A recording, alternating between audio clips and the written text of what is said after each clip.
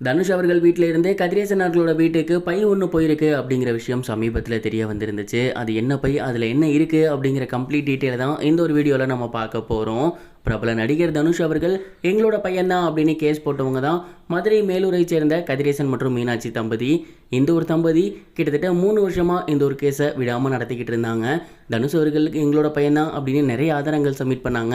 ஆனால் அது எதுவுமே உறுதியானதாக இல்லாததுனால இந்த ஒரு கேஸ் அவங்க பக்கம் போகாமல் தனுஷ் சார் பக்கம் தீர்ப்பு வந்துருச்சு. அண்ட் அதுக்கப்புறம் கதிரேசன் அவர்கள் ரொம்பவே மனம் முடிஞ்சு போயிட்டு ரொம்ப உடம்பு முடியாமல் தான் இருந்தார். ஹாஸ்பிட்டலில் சிகிச்சை எடுத்து வந்துட்டு இருந்தார். சிகிச்சை பலனின்றி இறந்து போயிட்டாரு. கதிரேசன் அவர்களோட மறைவுக்கு பின் அவரை பற்றி ஏராளமான செய்திகள் வந்த வண்ணம் இருந்துச்சு. மேலும் அவங்களோட ஒய்ஃப் அவரை பற்றி நிறைய விஷயங்கள் சொல்லியிருந்தாங்க. அண்ட் அதெல்லாம் தாண்டி இப்போ அவங்களோட ஒய்ஃப் ரொம்பவே கஷ்டப்பட்டுட்டு இருக்காங்க அப்படின்னும், அவங்க கொஞ்சம் கூட காசு இல்லாமல் சாப்பாட்டுக்கு வழி இல்லாமல் அவங்கள பார்த்துக்கவும் யாரும் இல்லாமல் ரொம்பவே சிரமப்படுறாங்க அப்படிங்கிற தகவல்லாம் கூட வந்திருந்துச்சு. இந்த ஒரு விஷயம் தனுஷ் சாரோட காதுக்கு போயிருக்கு. உடனடியாக தனுஷ் சார் அவங்களுக்கு கண்டிப்பாக ஹெல்ப் பண்ணி ஆகணும் அப்படிங்கிறதுனால அவரோட வீட்டிலேருந்து கொஞ்சம் பணம் கொடுத்துருக்காரு. அண்ட் அதை தான் பேக்கில் போட்டு கொடுத்துருந்துருக்காரு. அது மட்டும் இல்லாமல் கண்டிப்பாக அவங்களுக்கு உடுத்திக்க சேலை எதுவும் பெருசாக இருந்திருக்காது. அதனால புதுசாக 2-3 சேலை வாங்கி கொடுத்துருக்காரு. இதெல்லாம் அவர் ஏன் பண்ணியிருக்காரு அப்படின்னா, அவங்க அவர் மேலே கேஸ் போட்டது உண்மைதான். ஆனால் முழுக்க முழுக்க பணத்துக்காக மட்டும் அவங்க கேஸ் போட கிடையாது.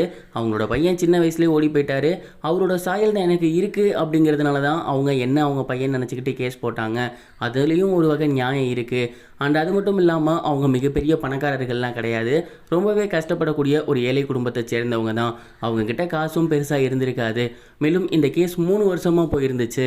இந்த 3 வருஷமாக அவங்க court, case, police station, bus travel, சாப்பாடு அப்படின்னு எவ்வளவோ காசை இழந்திருப்பாங்க. அண்ட் அதில் அவங்களுக்கு நஷ்டம் தான் அதிகமாக இருந்திருக்கும். இப்போ அவங்களோட ஹஸ்பண்ட் கூட இல்லை. அந்த ஒரு காரணத்தினால கண்டிப்பாக நம்ம ஹெல்ப் பண்ணுறது தான் நியாயம் அப்படின்னு தனுஷ் சார் ஒரு மிகப்பெரிய தொகையையும் அவங்களுக்கு ஒரு சில சாப்பாட்டு பொருட்கள் அண்ட் அதெல்லாம் தாண்டி சீலை வாங்கி கொடுத்துருக்காரு அப்படிங்கிறது தெரிய வந்திருக்கு. இந்த ஒரு விஷயம் இப்போ சோசியல் மீடியாவில் ரொம்பவே வைரலாக போய்கிட்டு இருக்கு. இது எந்த அளவுக்கு உண்மை அப்படின்னு தெரியல. ஒருவேளை உண்மையாக இருந்துச்சு அப்படின்னா உண்மையிலுமே தனுஷ் சாருக்கு வாழ்த்துக்கள் தான் சொல்லணும். ஏன்னா அவர் மேலே தான் கேஸ் போட்டிருந்தாங்க. ஆனால் அதை கூட பெருசாக கன்சிடர் பண்ணாமல் அவங்களுக்கு ஹெல்ப் பண்ணியிருக்காரு. நீங்கள் இந்த ஒரு விஷயத்தை பற்றி என்ன நினைக்கிறீங்க? உங்களோட தாட்டை கமெண்ட் பாக்ஸில் ஷேர் பண்ணுங்க. இது ஒரு புறம் இருக்க சூப்பர் ஸ்டார் ரஜினிகாந்த் அவர்களுக்கு அடுத்து நடிக்கக்கூடிய கூலி படத்துக்கு எவ்வளவு சம்பளம் அப்படிங்கிற ஒரு செய்தி இப்போ சோசியல் மீடியாவில் ரொம்பவே வைரலாக போய்கிட்டு இருக்கு. பிரபல இயக்குனர் லோகேஷ் கனகராஜ் அவர்களோட இயக்கத்தில் சூப்பர் ஸ்டார் ரஜினிகாந்த் அவர்கள் நடிக்க போகிற படம் தான் கூலி. இந்த படத்தோட டைட்டில் அனௌன்ஸ்மெண்ட் கொஞ்சம் நாளைக்கு முன்னாடி ரிலீஸ் ஆகிருந்துச்சு. மக்கள் மத்தியில் மிகப்பெரிய ஒரு வரவேற்பு பெற்றிருக்கு. அண்ட் இந்த படத்துலையும் தங்கம் கடத்துறது தான் முக்கியமான விஷயமா இருக்கும் அப்படிங்கிறது டீசர் பார்க்கும்போது தெரியுது. இந்த படத்தில் நடிக்கிறதுக்காக ரஜினிகாந்த் அவர்களுக்கு 260 கோடி சம்பளம் பேசப்பட்டிருக்கு அப்படிங்கிற தகவல் சமீபத்தில் கிடைச்சிருந்துச்சு.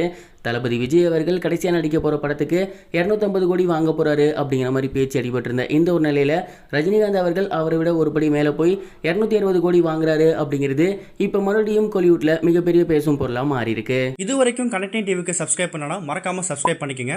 உடனடி அப்டேட்ஸ் பெறுவதற்கு நோட்டிஃபிகேஷன் பெல்லையும் கிளிக் பண்ணிக்கங்க.